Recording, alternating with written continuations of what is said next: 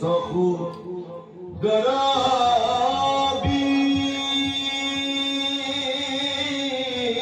ভীষণ দিব্য অস্ত্ৰ ধৰি যিনি আছে দেৱ গলা। আজি সেই ৰাম প্ৰভুৱে সীতা যেতিয়া ৰাৱণে লৈ গুচি গ'লগৈ, সেই চিত্ৰটো মনত আজি ৰাম প্ৰভুৱে ধনুষাৰ লৈ লক্ষ্মণৰ লগত সীতাকে বিচাৰি বিচাৰি ঘূৰি ফুৰোতে ৰাস্তাতে ঘাট লগ পাইছিল এইজন অগস্ত্য মুনি। আজি অগস্ত্য মুনি ৰামক বুজাই আছে, হে ৰাম, সেই যে লংকাৰ যিজন ৰাৱণ, সেই ৰাৱণৰ ভাগে মহাকুম্ভকৰ্ণ, এইসকলে আজি বাবা ভোলেনাথৰ পশুপতিকে বৰদান লাভ কৰি সুন্দৰ অস্ত্ৰ তেওঁলোকে লাভ কৰি আজি সমস্ত কৈলোকৰ দেৱতাসকলক পৰাজয় কৰি সেইজন ৰাৱণে অযোধ্যাত এনেদৰে দখল কৰি আছে। তুমি সেইজনক যদি বধ কৰিব বিচাৰিছা তেতিয়াহ'লে বৰ ল'ব লাগিব কৈলোকৰ অধিপতি বাবা ভোলেনাথৰ ওচৰতে গৈ তুমি দীক্ষা ললেহে তুমি সেইজন লংকাধিপতি ৰাৱণক বধ আৰু কুম্ভকৰ্ণক বধ কৰিব পাৰিব বুলি অগস্ত্য মুনিয়ে ৰামক বুজায়। দুৰ্জয় লংকাৰ দুৰ্গ শুনা ৰঘুপতি দেৱাসুৰে ভেদি বেনু আৰে দিনে ৰাতি জলযোদ্ধা স্থল যুদ্ধ অশ্বাৰোহী গণ চতুৰংগ সেনা দুৰ্গে আছে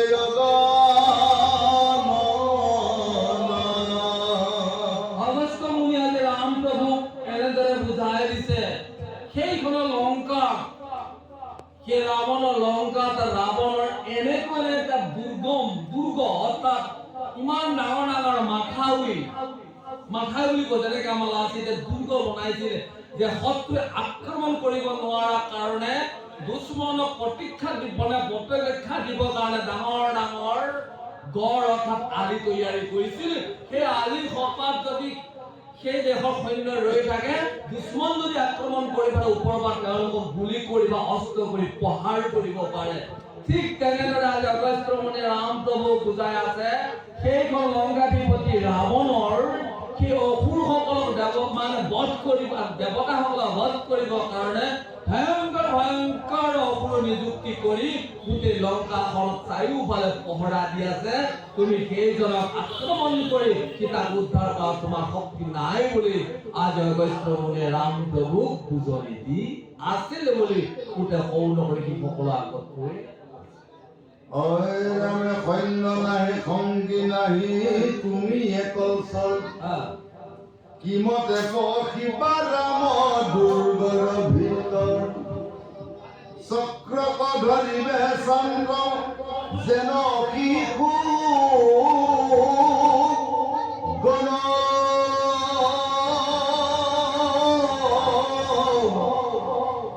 সেই মতে লংকা পজি নিজে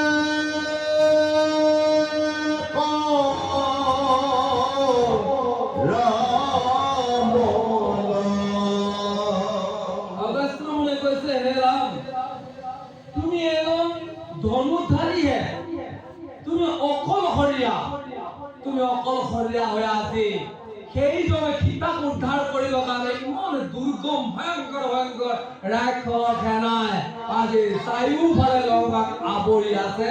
তুমি অকলশৰে ধনুষৰে তুমি সেইজনক জিকিব পৰা তোমাৰ একেবাৰে শক্তি নাই বুলি আজি অগস্ত্য মুনি ৰাম প্ৰভুক বুজায়। অয় ৰাম অহংকাৰে বিমোহিত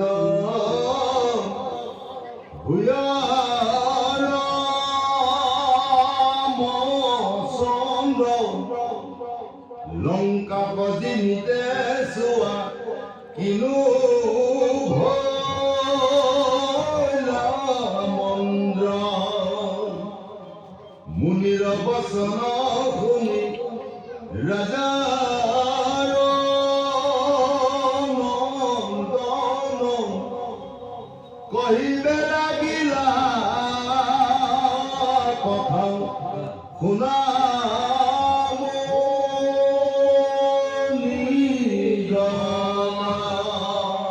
অগস্ত্য মুনিয়ে কৈছে, হে ৰাম, তুমি মনত যিটো আজি অহংকাৰ কৰি পেলাই তুমি তাক উদ্ধাৰ কৰিম বুলি তুমি অকলশৰে ৰণকাৰে যুদ্ধ কৰি ৰাৱণক জয় কৰি তাক উদ্ধাৰ কৰিম বুলি তুমি যি মনতে আজি সংকল্প লৈ আহিছা, তুমি ইয়াত জিকিব নোৱাৰিবা। আৰু তুমি মোৰ কথা শুনা, তুমি কাৰ ওচৰত আশ্ৰয় ল'ব লাগিব এই কথাটো তোমাক বুজাই দিওঁ। হে ৰাম, তুমি মোৰ কথাখিনি শুনা বুলি অগস্ত্য মুনি এতিয়া কব কাৰ ওচৰত শৰণাপন্ন হৈলেহে তেখেতৰ যিজনে সীতাক ৰাৱণে লৈ গৈছিল তাক উদ্ধাৰ কৰিব পাৰিব বুলি এতিয়া ইয়াৰ পিছত অগস্ত্য মুনিয়ে ৰাম প্ৰভুক বৰ্ণন কৰিব। আহকচোন বাৰু তোমাৰ অয় ৰাম, ক্ষত্ৰিয় কুলতই আমি ধৰিছো জনম, দুষ্ট কদমন কৰো সন্তক পালন, দুৰাচাৰ দশাননে সীতা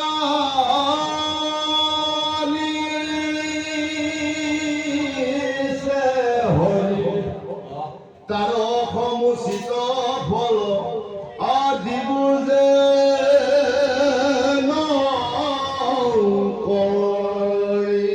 আজি ৰাম প্ৰভুৱে অগস্ত্য মুনিক কৈছে, মুনিবৰ, আজি সেই দশানন লংকাৰ অধিপতি ৰাৱণে মোৰ পত্নী গৰাকীক হৰণ কৰি লৈ গ'ল। এতিয়া সেই দশাননক এভাগ অকণমান কষ্ট দিওঁ বুলি কি কৰিলো, আগবাঢ়ি আহিছো, তুমি মোক কৃপা কৰা বুলি ৰাম প্ৰভুৱে এতিয়া এই কথাখিনি কাৰ আগত প্ৰকাশ কৰিছে, অগস্ত্য মুনিৰ আগত প্ৰকাশ। ৰঘুকুল ৰাজ বধূ হৰে নিশাচৰে হেন তাপে আউৰ যেন নিৰ্জীৱ সংসাৰে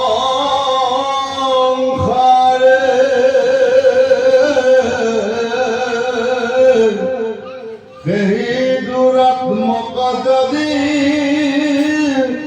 বধিতে নোৱাৰো, অক্ষত্ৰিয় কুলত জন্ম বিধাতে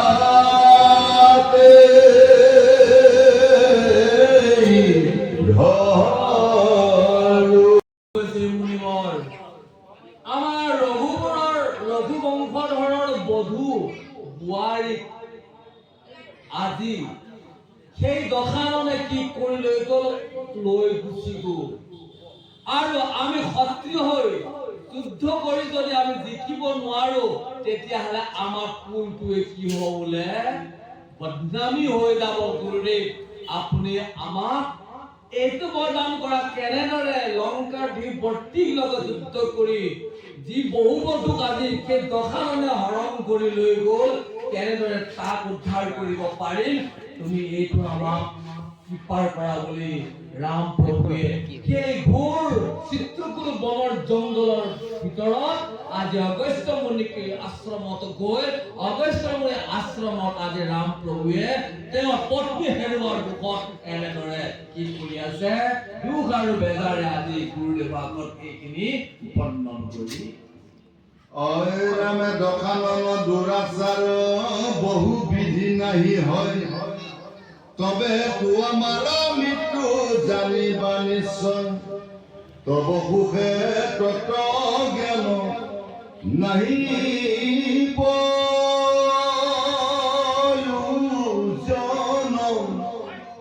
স্বৰূপ কহিল ঋষি আমাৰ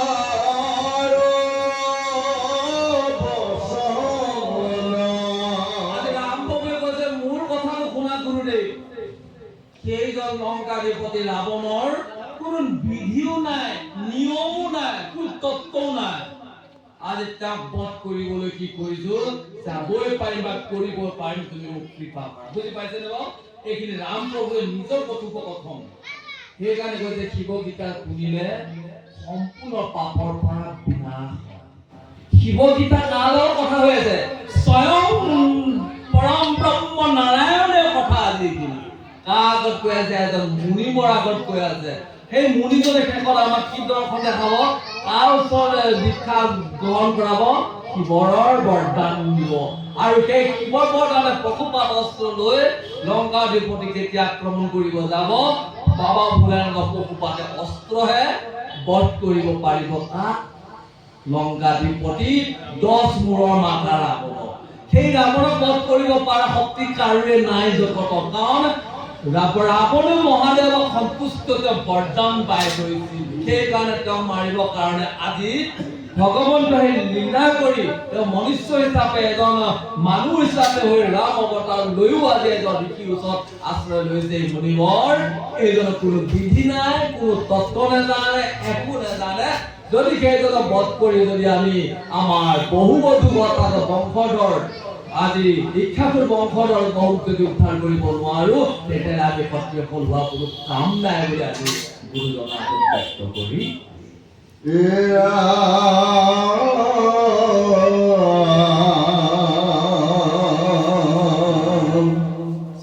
কাম ক্ৰোধৰি ভোগনে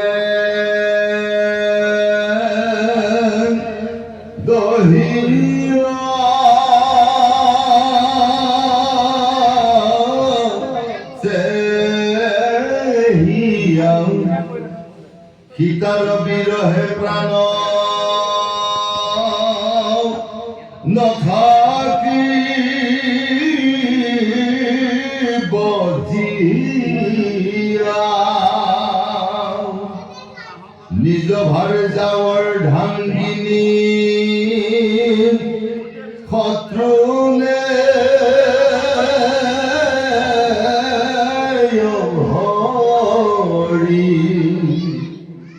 বিপত্তি দেখিয়া শত্ৰু হাসে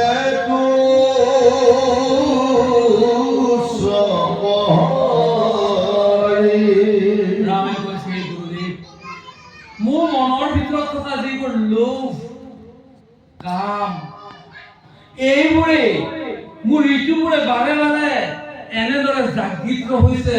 মোৰ অতি মৰমৰ পত্নীজনীক কোনোবাই লৈ গৈ কিজানি তাতে সতীত্ব নষ্ট কৰিছে।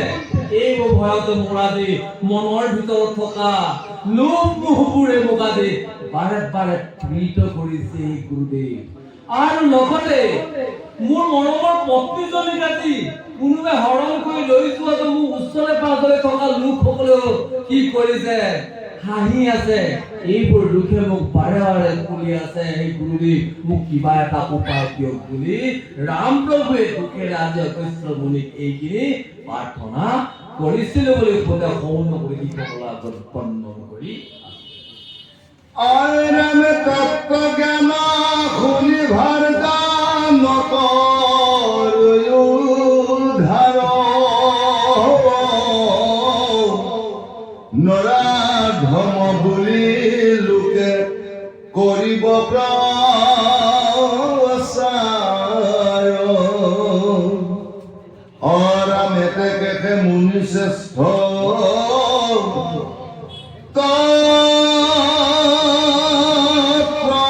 জ্ঞান এৰি দিও উপদেশ যেন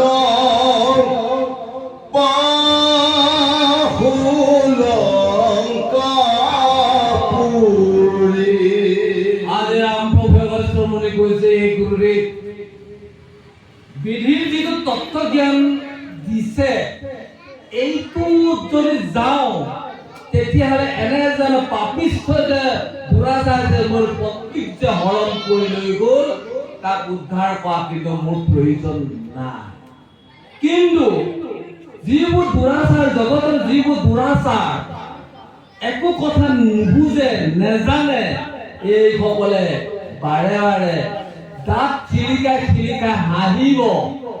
সেইজনৰ পত্নীজনক আন এজন দুৰাচাৰে লৈ গ'ল, কিন্তু সেইজনক উদ্ধাৰ কৰিব নোৱাৰা ই এটা মহা নীচ আজি স্বয়ং ভগৱান ৰাম প্ৰভু অগস্ত্য মুনিক কৈছে সেই সকলো লোকে দাঁত নিকিতা হাৰিব যে নিজৰ পত্নীজনী সীতাক লৈ গ'ল আজি দশানলে অৰ্থাৎ ৰাৱণে লংকাধিপতি ৰাৱণে লৈ গ'ল কিন্তু এইজনক উদ্ধাৰ কৰিব নোৱাৰিলে বুলি বাৰে বাৰে দাঁত নিকিতা অজ্ঞানীসকলে হাঁহিব গুৰুদেৱ হেন জানি সেই দশাননৰ পৰা সেই ৰাৱণৰ পৰা কেনেদৰে সীতাক উদ্ধাৰ কৰিব পাৰিম এই তত্ত্বটো মোক আপুনি বুজাই দিয়ক বুলি ৰাম প্ৰভুৱে অগস্ত্য মুনি ওচৰত শৰণাপন্ন ঘর উদ্ধারিবু কেন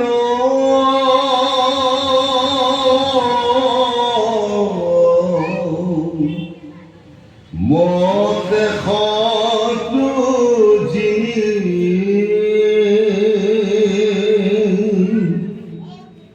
ইহারাও পাই দিয়া উহে কুম্ভ জুনি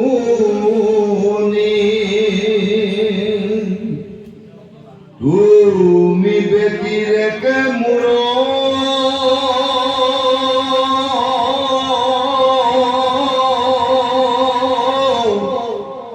গুরু নাই আনো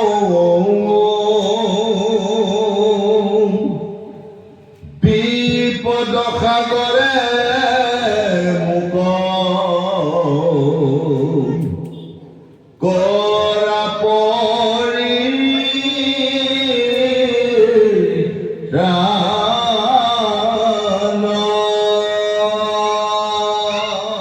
ৰাম প্ৰভুৱে কৈছে হে গুৰুদেৱ মোৰ এই বিপদৰ সময়ত আজি মোৰ পত্নীক কেনেদৰে উদ্ধাৰ কৰিব পাৰিম সেই গুৰুদেৱ তুমি মোক অসন্মান কি কোৱা তুমি গুৰুৰ বাহিৰে আৰু মোৰ এই জগতত কোনো গুৰু নাই ৰামে ইমান দুখত বেদনাত আজি নিজৰ সীতা লগত নোহোৱা কাৰণেই সেই ঘোৰ জংঘলৰ মাজত ইমানবোৰ ৰাৱণৰ সৈন্যৰ মহা দৈত্যসকলৰ পৰা কেনেদৰে উদ্ধাৰ পাম সেই গুৰুদেৱ তোমাৰ দৰে আৰু মোৰ গুৰু নাই তুমি মোক এইখিনি উদ্ধাৰৰ কথা মোক কব বুলি ৰামে আজি চকু পানী উলিয়াই অগস্ত্য মুনিক এই কথাখিনি প্ৰশ্ন কৰি ৰামৰ কাকুতি শুনি অগস্ত্য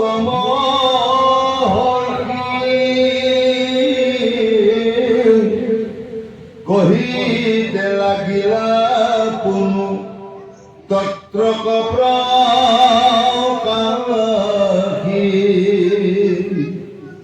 আৰ ৰাবণক বধিবাক যদি কৰা মন শংকৰৰ উপাসনা কৰাৰ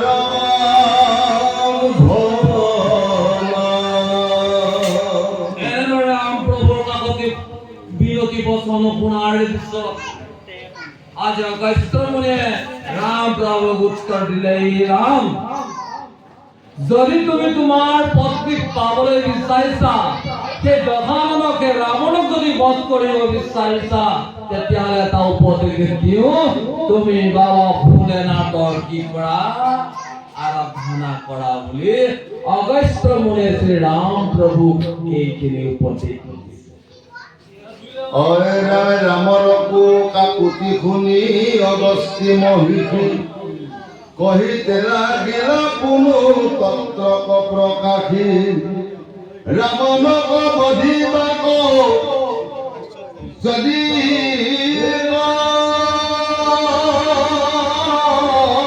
ৰামন শংকৰৰ উপাসনা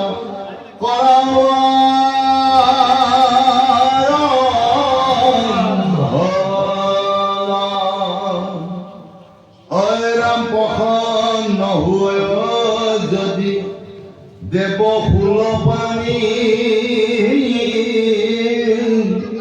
ৰাৱণ নিধন কৰ পাইবা ৰঘুমণি। হে ৰঘুমণি, তুমি যদি মহাদেৱক যদি আৰাধনা কৰা, তেওঁ যেতিয়া কৃপা কৰিব, তেতিয়াহে তুমি তোমাৰ ভাগ্যক হৰণ কৰা দশাননক তুমি তেতিয়াহে বধ কৰিব পাৰিবা বুলি আজি অগস্ত্য মুনিয়ে ৰাম প্ৰভুক বুজাই। তেতিয়াহ'লে ভোলেনাথ নহ'ল।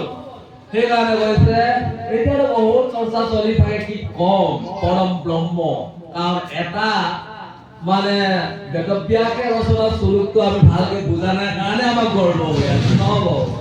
বহাগত পৰম ব্ৰহ্ম কৈছে যে সংসাৰত অকমান আমি বাবা ভোলেনাথৰ মহিমালৈ আহিলো, নহ'ব। অকমান বাবা মহিমাটো জানিব লাগিব, নহ'ব। বোলে বাবা ভোলেনাথৰ সেৱক হ'লেও মহিমাটো জানিব লাগিব। ভোলেনাথৰ কি মহিমা আছে, তাত মাহাত্ম্য কি মহাদেৱ। কোনোবা যদি বহুত দুখ মাৰি আছে, বহুত যদি কষ্ট পাই আছে, এৰা ভগৱানৰ লিংগত আহি যদি ঘৰৰ পৰা আনি যদি এটা লোটাই জল আনি যদি ওম নম শিৱায় বুলি যদি দি দিলে, বাবা ভোলেনাথ সন্তুষ্ট হয়। তেওঁ একো নিবিচাৰে আপোনাৰ পৰা, আপোনাৰ অন্তৰৰ ভাৱ বিচাৰিছে, অকণমান ভোলেনাথৰ লিংগত অকণমান জল বিচাৰিছে। এই জলকণ শুদ্ধ কৰি দিয়ক, আৰু তাত থুব বিচাৰিছে কি যদি এটা বেলেগ সত্তাও যদি তাত ওম নম শিৱায় বুলি যদি এটা মন্ত্ৰই উচ্চাৰণ কৰে, বাবা ভোলেনাথে অসহ্য অখণ্ড ভাৰ।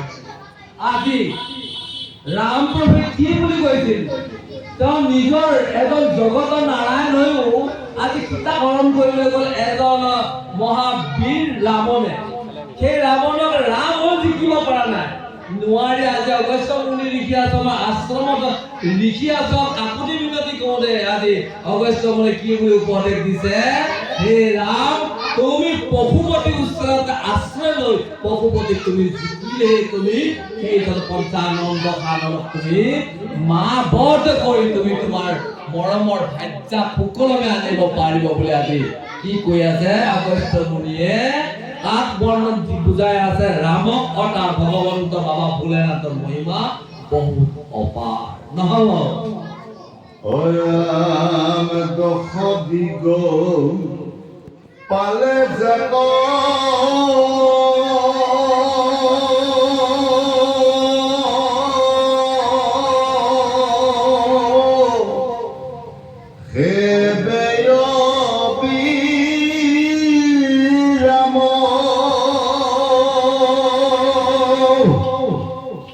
ৰাৱণৰ কথা কহো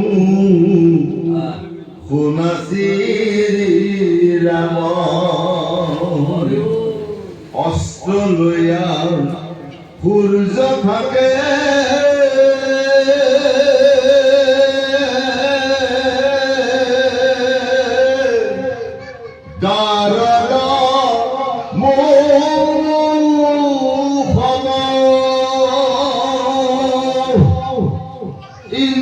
মালা গাথে ছত্ৰ সুন্দৰ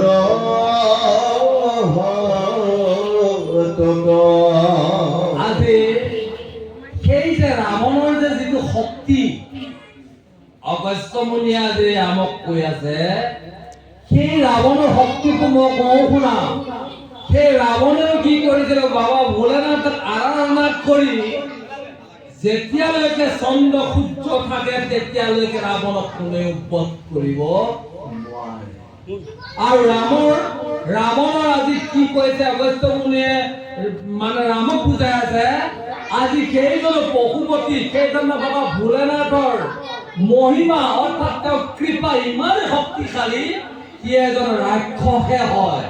আজি সেইজন ৰাক্ষসেও ৰাৱণে ঘোৰ তপস্যা কৰি আজি পশুপতিৰ পৰা যি বৰদান পাই আছে, চন্দ্ৰ আৰু সূৰ্যৰ দেৱতাসকল থকালৈকেও ৰাৱণক কোনেও বধ কৰিব নোৱাৰা আজি ত্ৰৈলোক্যৰ অধিপতি সেইজন দশানন, সেইজন ৰাৱণ অধিপতি হৈ আছে। এয়াই ভোলেনাথৰ অসীম মহিমা বুলি অগস্ত্য মুনিয়ে ৰামক বুজায়। ৰাম নিজে অগ্নিদেৱে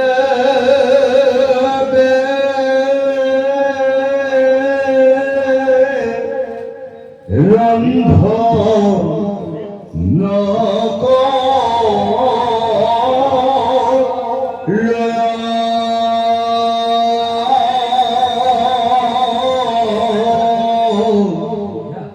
মৃদু মৃদু